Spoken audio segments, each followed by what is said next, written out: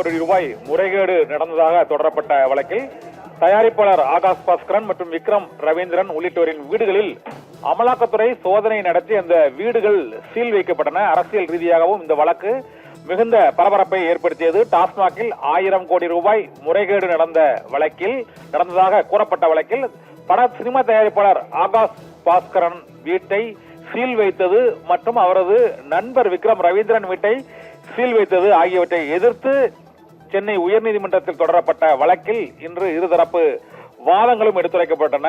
அப்போது நீதிபதிகள் தரப்பில் அமலாக்கத்துறையின் சட்டவிரோத பண பரிமாற்ற தடை சட்ட வழக்கில் வீடுகளுக்கு சீல் வைக்கும் அதிகாரம் இருக்கிறதா என்ற கேள்வி எழுப்பப்பட்டது.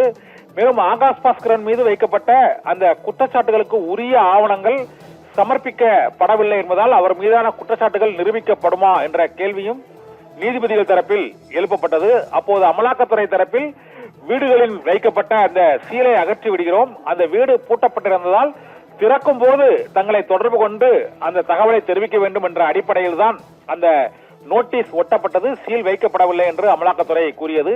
இருந்த போதிலும் அமலாக்கத்துறையின் அதிகார வரம்புகளை மீறி அதிகாரிகள் செயல்படுகிறார்களா என்று நீதிபதி அமலாக்கத்துறை அதிகாரிகள் மீதான அந்த சோதனை நடவடிக்கைகள், டாஸ்மாக் முறைகேடு தொடர்பான குற்றச்சாட்டுகள் தொடர்பாக நீதிமன்றத்தில் சமர்ப்பிக்கப்பட்ட ஆவணங்கள் உள்ளிட்டவை தொடர்பாக அதிருப்தி தெரிவித்தனர்.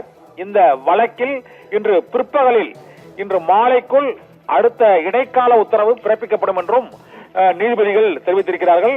டாஸ்மாகில் 1000 கோடி ரூபாய் முறைகேடு நடைபெற்றதாக கூறப்பட்ட வழக்கில் முக்கியமாக குற்றம் சாட்டப்பட்ட சினிமா தயாரிப்பாளர் ஆகாஷ் பாஸ்கரன் மற்றும் விக்ரம் ரவீந்திரன் உள்ளிட்டோரின் வீடுகளுக்கு சீல் வைக்கப்பட்டது. அவர்கள் மீது சுமத்தப்பட்ட குற்றச்சாட்டுகள் ஆகியவற்றிற்கு உரிய முகாந்திரங்களுடன் கூடிய ஆவணங்களை நீதிமன்றத்தில் சமர்ப்பிக்கவில்லை என்று நீதிபதிகள் கண்டனம் தெரிவித்து பிற்பகலில் இடைக்கால உத்தரவு பிறப்பிக்கப்படும் என இப்போது வழக்கு விசாரணையை ஒத்தி வைத்திருக்கின்றனர்.